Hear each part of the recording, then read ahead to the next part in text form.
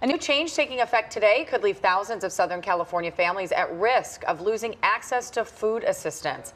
And the new CalFresh eligibility requirements come as LA County heads into the summer months when kids lose access to daily school meals. And joining us now is David May. He's the Senior Director of Marketing for the LA Regional Food Bank. Thank you for joining us this morning. Thank you so much for having me. To talk about the resources available as these changes go into effect. So we do want to start first with these CalFresh eligibility requirements.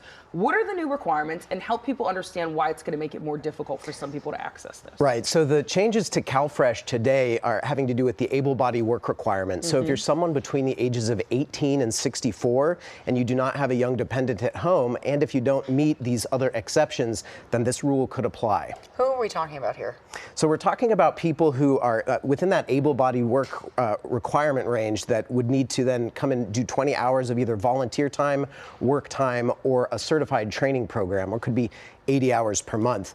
The other change is it's more difficult to get those exemptions. So before, people who were experiencing homelessness, people who were in certain veteran populations or some other exclusions as well, were automatically exempted from the work requirement, but now they're not automatically exempted. They have to apply for that exemption. Talk about, some people would say, well, that sounds reasonable if you're not in the trenches and you don't understand why this makes things so much more difficult. Why is this so difficult? Yeah, with the age range broadening and with the exceptions more difficult to acquire, we're going to see higher levels in all likelihood of food insecurity throughout Los Angeles County and really throughout parts of the country. California Association of Food Bank has an estimate statewide, and then we're looking at DPSS numbers. Over 200,000 people may be impacted by these new rules. Okay. Also, LA County, I was reading, it's home to more food insecure children than really any other county in the United States. So can you talk about how this is going to impact kids? Right. We have summer's coming up, right? Yeah. And so people access those meals during the school year, but in the summer those meals are not available. So the school districts do have summer hunger programs. We at the Los Angeles Regional Food Bank also have summer food assistance programs. Those sites are listed on our website and are available there, as well as all of our other food distributions. We help about 1.1 million people with the help of our 600 partner agencies, and that's a monthly average.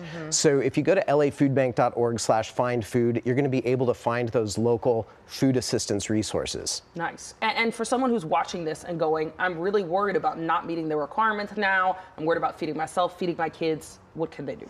Yeah, as a nonprofit organization, we're really excited at the Los Angeles Regional Food Bank to help people, anybody that's experiencing food insecurity. The best thing, go to lafoodbank.org/findfood. If you're curious about these changes to CalFresh, you can go to the CDSS website, do the pre-screening tool, see if these changes are likely to affect you. But if you're wanting to get involved and be part of the solution, lafoodbank.org/donate. You can come sign, volunteer times are available there to sign up for. So it's a great resource. I think the thing that ends up I think about is that during COVID we saw so much food insecurity. It hasn't gotten any better out there. So now with these requirements, and eligibility kind of restricted some more. What do you see as someone who's on the front lines every day really happening here in our community? Yeah, well, if we go all the way back before the pandemic, the LA Regional Food Bank and our 600 partners were reaching about 300,000 people every month. The pandemic sort of spiked that, as you just mentioned, to over 1 million people. Wow. And it's really stayed around that number. So, you expect these spikes, you expect there to be a top of a spike and it comes back down, but we're still reaching about 1.1 million people on average. So you're right, these changes to CalFresh are coming at a time where the need for food assistance is already very high in the community. Absolutely. Is it one of those issues you have a hard time getting to people who are not affected by it, right? Because I think when we think of food insecurity, we often think, well, everyone in America has the food that they need.